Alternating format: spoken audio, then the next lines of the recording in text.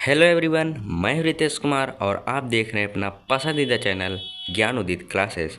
तो दोस्तों, आज के इस वीडियो में हम बात करने वाले हैं क्लास 10th साइंस का पाठ्यक्रम सिलेबस।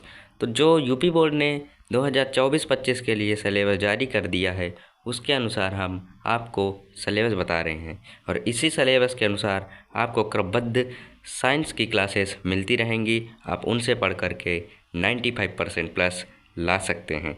तो आइए देखते हैं हम साइंस का सिलेबस। सबसे पहले विज्ञान में 3 चीज़ें होती हैं। विज्ञान में कौन कौन सी चीज़ें होती हैं? फिजिक्स होती है, केमिस्ट्री होती है और बायो होती है। ये तो सभी को पता होगा। विज्ञान जो है वो 3 चीज़ों से मिलकर बना है, केमिस्ट्री और बायो, मतलब फिजिक्स, केमिस्ट्री और बायो। तो सबसे पहले हम केमिस्ट्री का सिलेबस देखेंगे, क्योंकि हमारी जो NCERT की जो बुक है उसमें हमारा केमिस्ट्री से ही स्टार्ट है। तो देखते हैं हम केमिस्ट्री का हम क्या देखते हैं सिलेबस। सबसे पहला हमारा चैप्टर रहेगा रासायनिक अभिक्रिया एवं समीकरण। इस चैप्टर में हम रासायनिक अभिक्रियाओं और उनकी समीकरणों के बारे में जानेंगे। दूसरा चैप्टर है अम्ल, क्षार एवं लवण। इस चैप्टर में हम अम्ल, क्षार, लवण ये तीनों चीज़ क्या होती हैं इनके बारे में जानेंगे। pH मान के बारे में भी जानेंगे इस चैप्टर में। ठीक, चलिए देखते हैं। अब हम धातु एवं अधातु।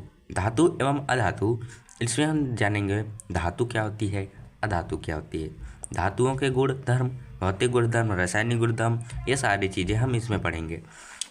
ये चैप्टर हमारे लिए बहुत ही इम्पोर्टेंट रहने वाला है, मोस्ट इम्पोर्टेंट। ये चैप्टर मोस्ट इम्पोर्टेंट हमारे जो बोर्ड एग्ज़ाम की दृष्टि से ये दोनों चैप्टर हमारे लिए बहुत ही इम्पोर्टेंट है। इस चैप्टर से हमेशा क्वेश्चन आता ही आता है। कार्बन तथा इसके यौगिक, कार्बन के बारे में जानेंगे, होता क्या है कार्बन, इसके यौगिक क्या होते हैं, इससे बनने वाले उत्पाद क्या होते हैं। कार्बनिक यौगिक के बारे में भी इस चैप्टर में हम चर्चा करेंगे। तो अब हम देखते हैं बायोलॉजी का सिलेबस, जिसे हम जीव विज्ञान के नाम से भी जानते हैं। सबसे पहला हमारा है जैव प्रक्रम। जैव प्रक्रम मतलब जीवन व्यापन करने के कुछ ऐसे प्रक्रम होते हैं जो हमारे जीवन के लिए ज़रूरी होते हैं, ये जो हमारे जीवन के लिए ज़रूरी नहीं होते, तो उनके बारे में हम इस चैप्टर में चर्चा करेंगे। अब हमारा आता है नियंत्रण एवं समन्वय। इसके बारे में अब हम जानेंगे कि नियंत्रित हमारे शरीर में जो नियंत्रण होता है और समन्वय होता है वो कैसे होता है। ठीक है, अब हम देखते हैं तीसरा चैप्टर, जिसका नाम है जीव जनन कैसे करते हैं। जीव जनन कैसे करते हैं इसके बारे में हम इसमें जानेंगे। और अब हमारा आता है आनुवांशिकता। आनुवांशिकता जो है ये हमारा चैप्टर पूरा का पूरा मेंडल जी पर आधारित है। किस पर आधारित है? मेंडल जी पर आधारित है। इस चैप्टर में पहले हमारा आनुवांशिकता और जैव विकास हुआ करता था, लेकिन अब जो 24 और 25 के सिलेबस है उसमें से जैव विकास ख़त्म कर दिया गया है। तो अब हमको केवल आनुवंशिकता ही पढ़ना है। अब देखिए, हमारा जो 5वां चैप्टर है जीव विज्ञान का, वो है हमारा पर्यावरण। हमारा पर्यावरण, इसमें हम अपने पर्यावरण के बारे में जानेंगे। आप देखते हैं भौतिक विज्ञान का सिलेबस। भौतिक विज्ञान में सबसे पहला जो चैप्टर है प्रकाश का परावर्तन तथा अपवर्तन।